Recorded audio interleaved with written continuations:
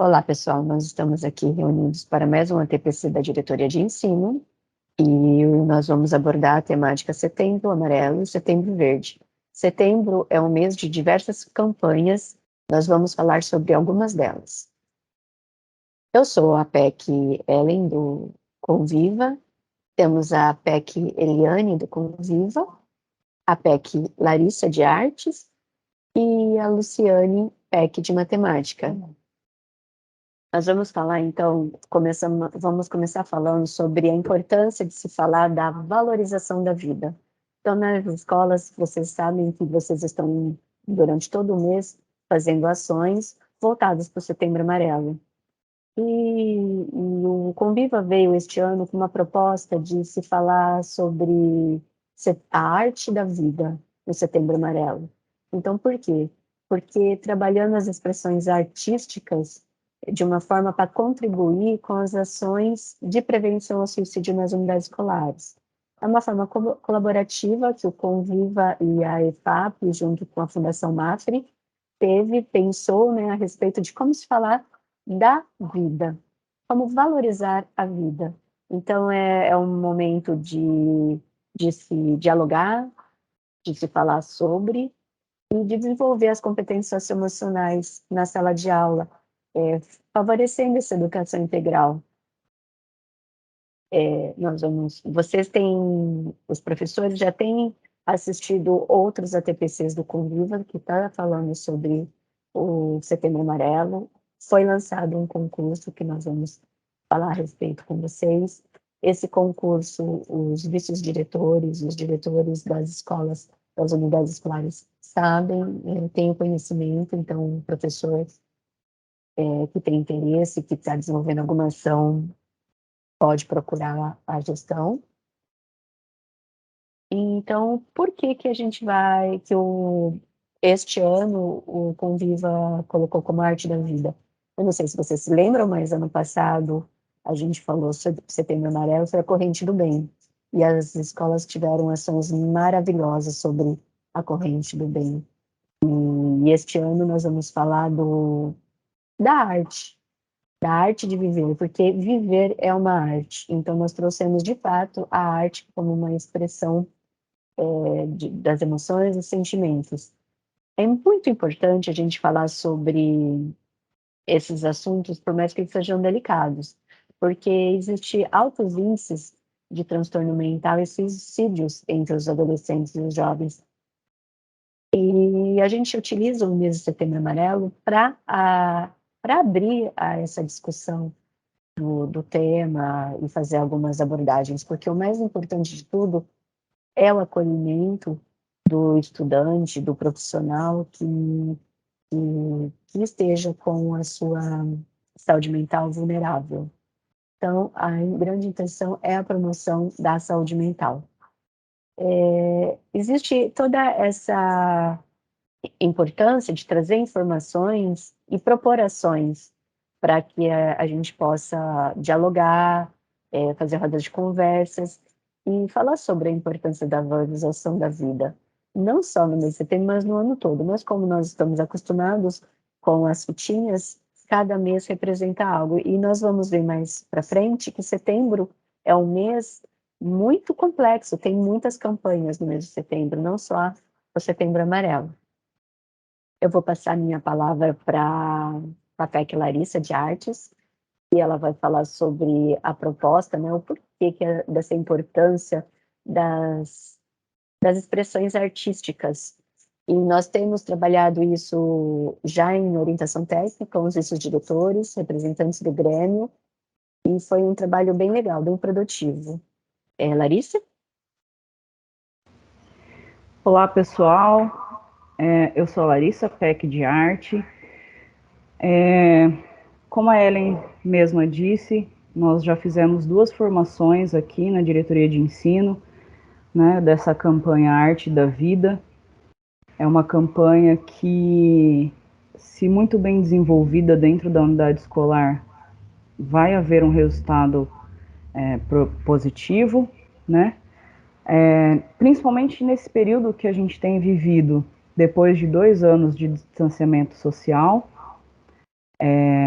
trazer a arte para dentro da sala de aula é muito importante, né? Não só nas aulas de arte.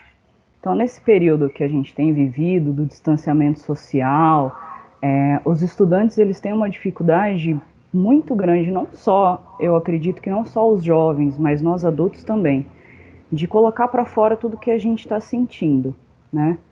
E a arte, ela expressa tudo isso. Porque quando eu tô triste, por exemplo, um exemplo, né, bem bobo até, eu ouço uma música que eu me identifico com ela e eu consigo colocar para fora os meus sentimentos. Então, a arte vem para isso, para essa expressão do que nós estamos sentindo, para que a gente consiga compartilhar com os outros tudo aquilo que está dentro de nós depois desse período aí de distanciamento social. Aqui, né, nem sempre é fácil para as crianças e para os adolescentes falar sobre as angústias, os sentimentos, tudo que está dentro deles. Muitas vezes eles têm vergonha, e aí a partir de um desenho, de um texto escrito em sala de aula, ele consegue expressar aquilo que ele talvez quisesse falar, mas não consegue, né? Então essa é a importância da arte, a leveza da arte, a leveza das linguagens da arte, porque nós podemos trabalhar com música, com dança, com teatro. O teatro é uma ferramenta valiosíssima nessa questão de expressão do que a gente sente, né, por conta aí dos jogos teatrais e tudo mais. A arte se apresenta como um caminho rico, né, então, da expressão humana, da expressão da subjetividade humana, que é tudo aquilo que está dentro de mim e eu não consigo colocar para fora. A proposta nossa aqui nas duas formações foi trazer um vídeo de uma banda que chama o Teatro Mágico, uma música que chama Eu Não Sei, na Verdade, Quem Eu Sou, que trata um pouco disso, né? Eu como pessoa nesse mundo, quem sou eu? Qual é o meu lugar? Né? E nós nos guiamos a partir de uma frase que o cantor fala, que é: sonho é uma coisa que eu guardo dentro do meu travesseiro. Então nós partimos desse sonho, pensamos também no projeto de vida, que o sonho é o que guia o projeto de vida, né? Então, o que eu quero para mim, né? Foi a proposta que nós passamos aqui nas duas formações, e a proposta em si é ouvir a música, ver o clipe, que é um clipe belíssimo, vocês podem pesquisar ele no YouTube, e então colocar para fora do nosso travesseiro esse sonho que nós temos, né? Resgatar esse sonho em primeiro lugar, porque muitos dos nossos jovens, dos nossos alunos, eles não têm perspectiva de vida, então fica perdido, né? Então nada do que a gente faça, do que a gente possa propor em sala de aula, se ele não tem um porquê, ele não vai acatar, não vai fazer sentido para a vida dele. Então, num primeiro momento, buscar esse sentimento de sonho, do que eu quero para mim, de como eu me vejo no futuro, daqui 1 ano, 2, 10, né? E a arte, ela possibilita esse caminho de resgatar o que nós sonhamos. A proposta aqui foi que os vice-diretores e os alunos gremistas fizessem um desenho do sonho. Nós montamos um painel onde tinha um travesseiro com os sonhos, então, saindo dele, tá? Como a Ellen já fez uma introdução, nós temos uma proposta, né, da campanha Arte da Vida, uma proposta de concurso. Os vice-diretores e diretores, eles já estão cientes, então se você está desenvolvendo alguma coisa, você já pode entrar em contato com eles para obter mais informações, mas o último prazo seria, então, né, será o último dia de setembro. Foi proposto, então, que os estudantes fizessem uma produção artística em grupo, tá? Não pode ser individual. A proposta é que ela seja em grupo, para que eles possam também, entre eles, compartilharem tudo isso, né?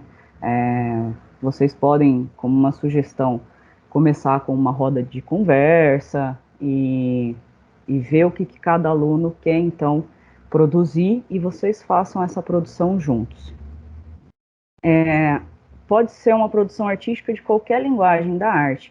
Então pode ser artes visuais, né, desenho, pintura, colagem, vídeo, inclusive do TikTok, né, vocês podem criar um TikTok, pode ser fotografia, pode ser a linguagem música, pode ser uma poesia, um slam, uma dança, um teatro, ou seja, qualquer linguagem da arte está sendo aceita aqui nesse concurso. As escolas, elas tiveram no dia 15, proposto, né, pela SEDUC e aqui por nós, o dia D da valorização da vida, para que seja feita, então, essa conversa. Então, pode ser que hoje você está assistindo essa TPC e o dia D da sua escola, ele já até aconteceu e vocês estão desenvolvendo. Serão premiados, então, 3 escolas, né, com as melhores apresentações. O edital já foi divulgado, as escolas vencedoras vão receber um prêmio, tá? Eu queria passar, então, a palavra novamente para a Ellen, para que ela dê continuidade aqui à nossa formação. Dando continuidade na temática do Setembro Amarelo, vocês, professores, têm desenvolvido isso cotidianamente. Nós vamos passar a palavra para a PEC Eliane. Olá, pessoal. Meu nome é Eliane, eu sou PEC do Conviva e nós vamos dar continuidade falando um pouquinho, então, do Setembro Amarelo. Então, nós vamos iniciar da origem, um pouquinho da história, por que é setembro, por que é amarelo, né? Então, assim, o Setembro Amarelo, ele teve início no ano de 1994, né? E por que ele é amarelo? Porque um jovem, né, cometeu um suicídio, se chama Mike, esse jovem, e ele tinha um carro e esse carro tinha cor amarela. Então, por isso, Setembro Amarelo. E também porque, durante o funeral, os pais do Mike fizeram cartãozinhos com frases de apoio, e esses cartãozinhos, eles também tinham fitas, e essas fitas, elas também eram amarela, né? Então, por isso do Setembro Amarelo. E qual seria, então, o propósito da campanha de Setembro Amarelo, né? São ações que são realizadas para combater a prevenção ao suicídio. Então, a gente trabalha essas ações, na verdade, durante o ano todo, mas a gente dá um enfoque maior no Setembro Amarelo. Então, a gente sabe que as escolas, que elas fazem essas ações através de vários projetos que são desenvolvidos, são feitos trabalhos belíssimos, a gente recebe aqui das escolas, né? Elas enviam para a gente, e a gente vai colocando aqui num portfólio todas essas ações que as escolas têm desenvolvido, né? A gente dá início aí agora com esse primeiro slide, dando uma introdução a respeito do suicídio. Então, ele traz uma definição, o que seria, então, a questão do suicídio. Então, eu não vou ler para vocês, né, como está aí, a gente vai apenas comentar todos esses slides. Então, na verdade, o suicídio é o ato de tirar a própria vida, né? Mas eu acho um pouco complicado, no mês de Setembro Amarelo, ficar falando a respeito do que seria o suicídio. Eu prefiro muito mais falar a respeito da prevenção. A prevenção, o que é que nós poderíamos fazer, né, para trabalhar a parte da prevenção do suicídio, tá bom? Pode passar, por favor, o próximo slide. Aqui nós temos os fatores de risco, tá? Quais são esses fatores de risco, então, que podem levar uma pessoa a cometer um suicídio? Então, nós temos aí vários fatores. Dentre esses fatores, a gente sabe que alguns são mais evidentes. Então, nós temos o abuso sexual, que é um fator de risco muito grande ao suicídio. Nós temos o uso de drogas e álcool, que também em excesso pode estar levando uma pessoa a cometer o suicídio. Sabemos, inclusive, que quando junto o uso das duas coisas, tanto do álcool quanto qualquer outro tipo, associado com qualquer outro tipo de droga, o índice aumenta mais ainda ao suicídio. Nós temos a questão também do bullying. Algumas pessoas podem sim cometer suicídio por conta de bullying. Nós temos também a depressão, que também pode levar uma pessoa ao suicídio.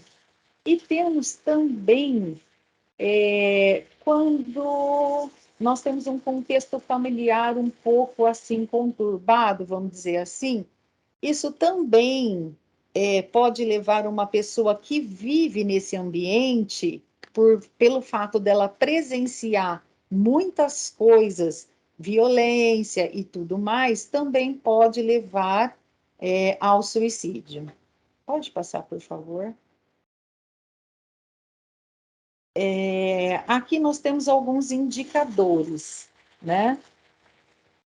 Nós temos esses indicadores que está relacionado, né, com o risco da conduta suicídio. Então, o primeiro deles é o estado de humor. Então, assim, nós temos aquela pessoa que ela se irrita com alguma situação muito fácil.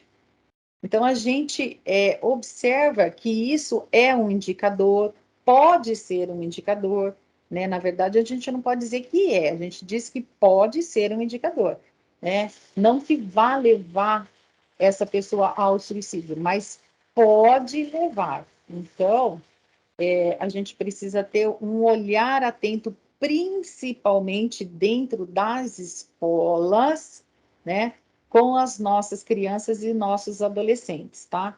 Então, assim, preciso observar se tem esses indicadores, porque esses indicadores, eles já nos indicam que tem alguma coisa de errado com esse aluno, né? Então, a gente precisa sempre ter esse olhar um pouco atento, tá? Aquelas crianças, aqueles alunos que por um motivo ou outro se isolam, também é um indicador. Às vezes ela até para de frequentar a escola, né? Então, assim, se isolou, ela não tem um contato com os outros alunos, ela sempre fica mais afastada, é um indicador, ou até mesmo se ela para de frequentar a escola, a gente precisa estar atento a isso também, porque também é um indicador, né?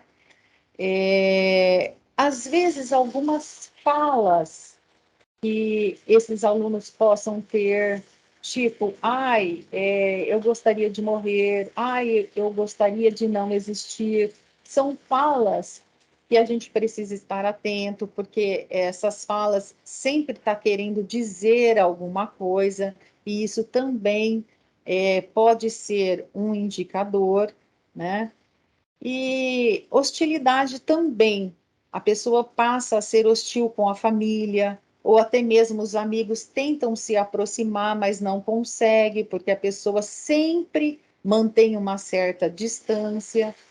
E a questão do excesso de álcool e drogas, principalmente quando eles estão associados, como eu já tinha dito anteriormente, também é sim um indicador. É claro que se você tem o hábito de beber um pouquinho, é uma coisa. Agora, o hábito de você usar o álcool em excesso, aí é outra coisa. Então, assim, e principalmente quando associa essas duas drogas, né? O álcool e uma outra droga ilícita que aumenta e muito o risco da pessoa ter uma conduta suicida, tá?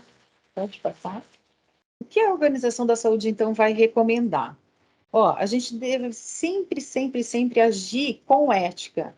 com sensibilidade e principalmente com discrição. São temas onde a gente percebe que são um pouquinho complicados às vezes, são temas assim muito sensíveis, então a gente precisa ser sempre discreto, né? Eu nunca posso ficar divulgando alguma coisa, né? Igual ele coloca aqui, não divulgar fotos, não divulgar cartas, nunca divulgar, né? Sempre priorizar os fatos e ficar sempre sem comentar nenhum tipo de situação que possa haver. Então, a gente precisa sempre não divulgar. Aqui ele fala dos sinais de alerta, né? O que a gente, como a gente vai proceder? A primeira coisa é sempre acolher. A gente sempre fala nas nossas orientações a respeito do acolhimento, a gente sempre fala, olha, o acolhimento ele é muito importante, a gente sempre bate nessa tecla. Mas o acolhimento, ele tem que seguir algumas estratégias. Eu tenho sempre que saber como é que eu devo fazer esse acolhimento, tá? Realmente, o acolhimento, ele é muito importante. Então, eu tenho que acolher o mais rápido possível, tá? E como que deve ser esse acolhimento? Eu preciso ouvir, primeiramente, saber que eu tenho que ouvir, eu vou ouvir o que esse aluno vai me trazer. Eu tenho que procurar, quando eu estiver ouvindo, não ficar interrompendo, né? Eu estou ouvindo, não sou eu que preciso falar, é o aluno que vai falar, eu estou acolhendo esse aluno, né? Então, isso é muito importante. E depois de fazer esse acolhimento, eu vou ver com o aluno com quem ele mais tem afinidade da família, quem é a pessoa que ele confia, para que eu possa estar trazendo essa pessoa, né, para a escola. É o pai, é a mãe, é a avó, eu moro com a minha avó, eu quero que chame a minha avó. Então, assim, eu tenho que saber qual é a pessoa que esse aluno se identifica mais, para que eu possa trazer essa pessoa, né? Depois eu preciso acionar o conselho tutelar. Eu vou acionar o conselho. O aluno ele é menor, eu tenho que acionar o conselho. Eu tenho que acionar também a rede de saúde, né? E aí, assim, se necessário, eu vou também acionar o 190, tá? Se for necessário. Feito isso, eu acolhi o aluno, eu tomei fiz todas as ações que eu precisaria fazer em relação a esse aluno, aí sim eu vou trabalhar os demais alunos da escola. Então, assim, eu vou providenciar o acolhimento para os demais alunos, tá? De que maneira que eu vou fazer isso? Vou fazer através de algumas ações escolares, tá? Com o tema e também com outros temas, não é só com o tema suicídio. E aí, assim, em uma orientação que teve do Conviva aqui, onde estava os representantes da escola, foi trabalhado todos esses procedimentos com esses alunos, com esses profissionais da escola, que é o protocolo 179. Então, lá tem como é que vocês têm que fazer em todas as situações, não só também na situação de suicídio, em todas as situações. Como que a escola tem que proceder quando é racismo? Como é que a escola vai proceder quando é um caso de homofobia? Então, lá tem no protocolo 179, passo a passo, como é que a gente tem que proceder, como que a escola precisa fazer em cada situação, tá?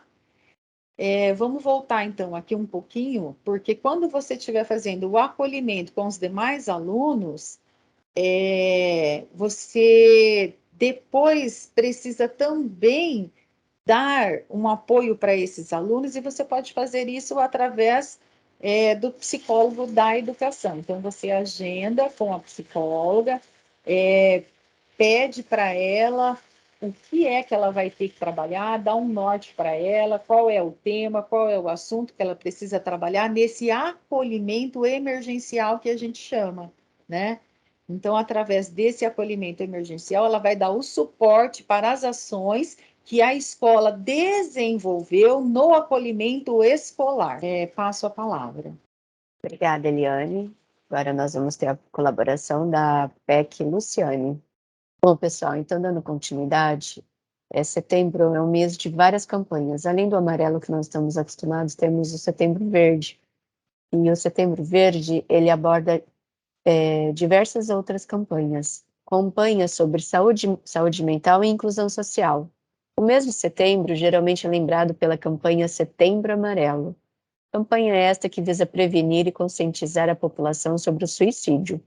Entretanto, além do Setembro Amarelo, não podemos deixar de lembrar do Setembro Verde, onde 3 campanhas são lembradas por uma mesma cor: inclusão de pessoas com deficiência, a importância sobre a doação de órgãos e a prevenção ao câncer de intestino. Em relação à inclusão social da pessoa com deficiência, uma das campanhas do Setembro Verde comemora, na data de 21 de setembro, o Dia Nacional de Luta da Pessoa com Deficiência. Essa data foi escolhida por coincidir com o Dia da Árvore, que representa o nascimento das reivindicações de cidadania e participação em igualdade de condições.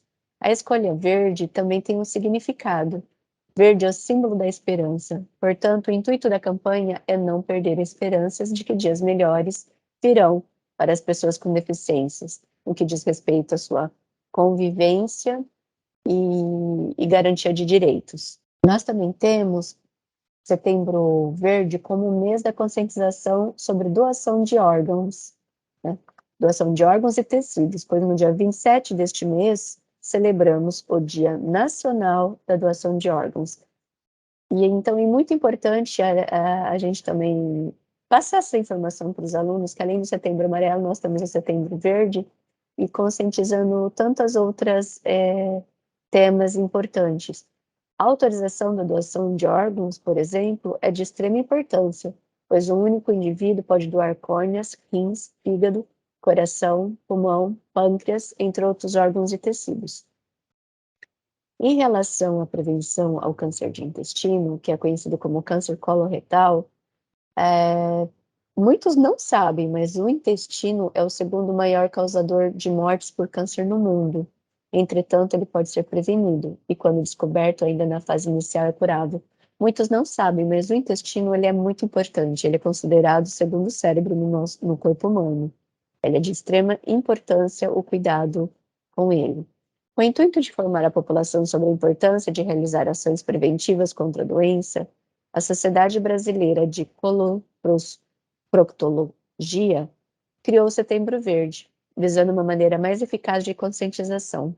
Então, é importante a gente voltar nossos olhos a essas bandeiras, a essas campanhas levantadas mensalmente. Então, além do Setembro Amarelo, que é o mês de prevenção ao suicídio, de se falar sobre a valorização da vida, do cuidado pela vida, existe também o Setembro Verde, que é a conscientização pelos direitos e necessidades dos portadores de necessidades especiais, a prevenção de cânceres e a doação de órgãos. A Lu vai dar continuidade com vocês, falando especificamente do mês do Setembro Verde, em relação à doação de órgãos. Olá, pessoal.